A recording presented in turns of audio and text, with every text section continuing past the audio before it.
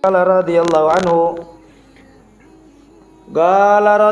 afdalu ma jaa fi riwayati salati tasbih ma jaa fi riwayat Abdullah bin Mubarak wa qad ajaza ba'dul ulama idraja salati tasbih fi ghairiha min as-sunan wa ba'dhum yujizuha fi salatil mafruḍah li kauniha min muhassinatis shalah wa qad qila inna Ali bin Abdul Bar al-Wannai kana yusalli salat tasbih fil lailatil wahidah 3 marrat.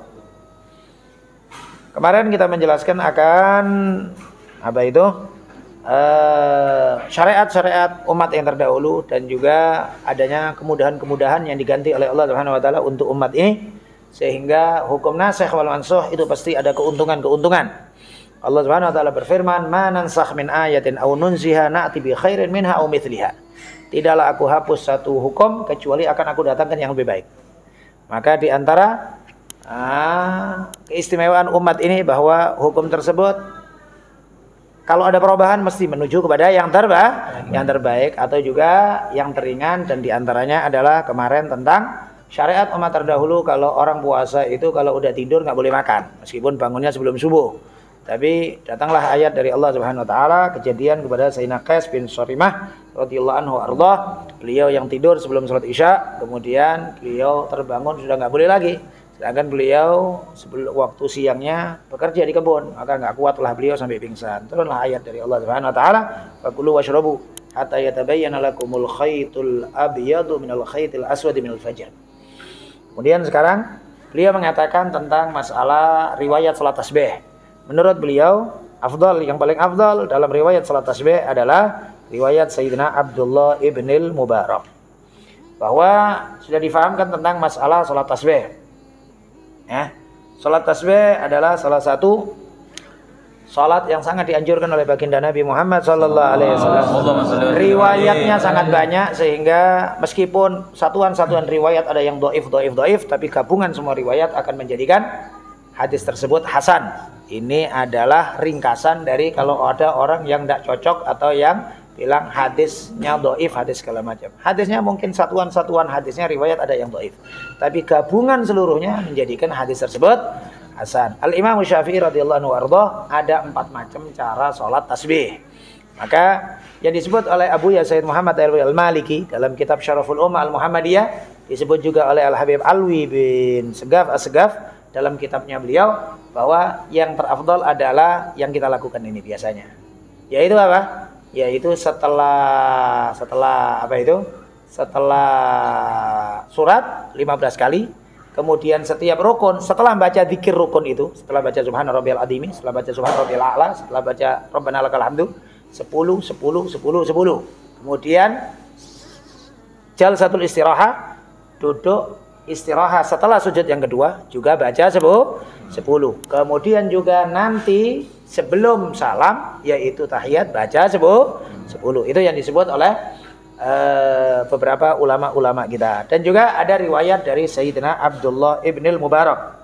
Riwayat dari Abdullah bin Mubarak diriwayatkan oleh Al-Imamul Mundhiri. Beliau melakukannya adalah gini. Sebelum baca Fatihah 15 kali. Sebelum baca Fatihah 15 kali. Sebelum rukuk 10 kali. Maka berdirinya sudah 25 kali. Berarti meninggalkan duduk istirahat. Istirahat baca. Demikian juga tahiyat tidak baca. Itu cara yang dilakukan oleh Abdullah bin Mubarak. Ya. Dalam hadis Ibn Rafi dari Ibn Abbas dan juga dari Sayyidina Abbas, pamannya Rasulullah SAW, bahwa yang dilakukan adalah setelah bacaan Fatihah dan surat baca 15 kali. Ya. Tidak menyebut, hadis tersebut tidak menyebut sebelum Fatihah baca tasbih 15 kali, tapi bacanya setelah Fatihah atau setelah surat. Surat. Dan nanti setelah duduk istirahat sebelum berdiri baca 10 kali tasbih. Ya. Itu perbedaan saja. Enggak ada masalah. Yang penting garis besarnya 1 rakaat 75 kali.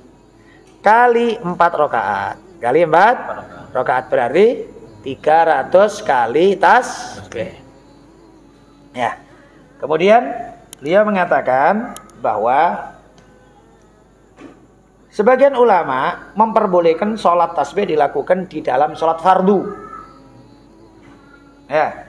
Ini dilakukan karena disebut bahwa tasbih-tasbih tersebut adalah min muhassinatis shalah, di antara keindahan salat. Apa salahnya orang bertasbih di dalam salat banyak-banyak? Apa salahnya? Ada salahnya. Kau mau tasbih 1000 kali nggak ada masalah. Kenapa? Yang penting kalau jadi imam jangan lama-lama. Itu ajanya. Kan gitu kan ya? Kalau mau sholat sendiri kau, sholat sendiri. Berapa banyak pun tasbih nggak apa-apa. Kan perkara sunnah. Kau baca subhana rabbiyal azim wa bihamdi 100 kali, 99 kali, terserah kau. Tapi jangan ketika jadi imam. Kadang-kadang orang sekarang berpikir jadi imam lama itu pikirnya khusyuk. Yang betul nggak ngerti fikih, yang betul. Gitu loh ya. Yo kau sholat di masjid umum, di masjid agung, di masjid raya, di masjid semua orang, apalagi duhur asar, orang kerja, di masjid bandara. Terus kau lama-lamain gitu.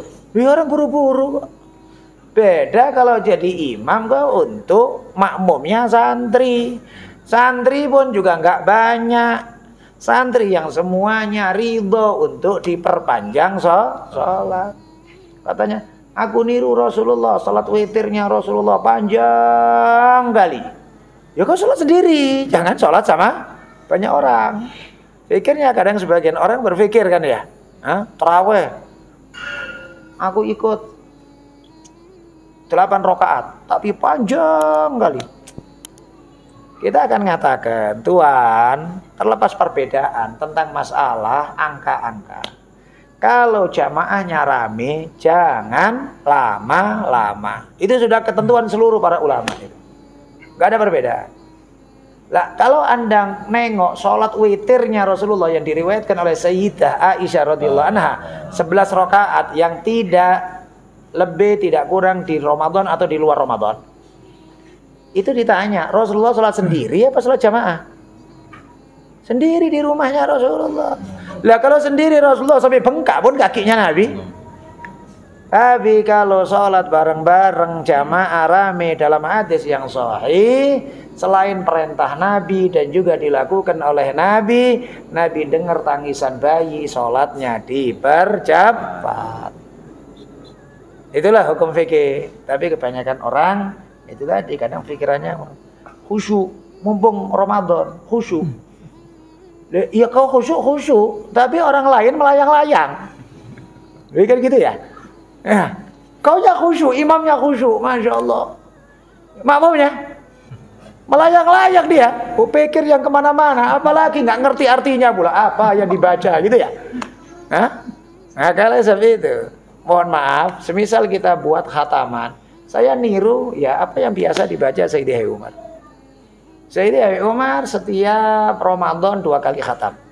Khatam pertama malam 17, khatam kedua malam 29. Saya kepingin niru. Dah gitu aja. Saya kepingin niru. Lain tidak. Ya pastinya ada niat-niat lain dalam bacaan Quran banyak, tapi dalam pengamalan niru guru. Udah selesai dah. Mudah-mudahan dunia akhirat sama guru. Insyaallah. Amin ya rabbal alamin. Al-Fatihah. Bismillahirrahmanirrahim. Iya kan abdi. Wallina min. Tafaddalu wallina min.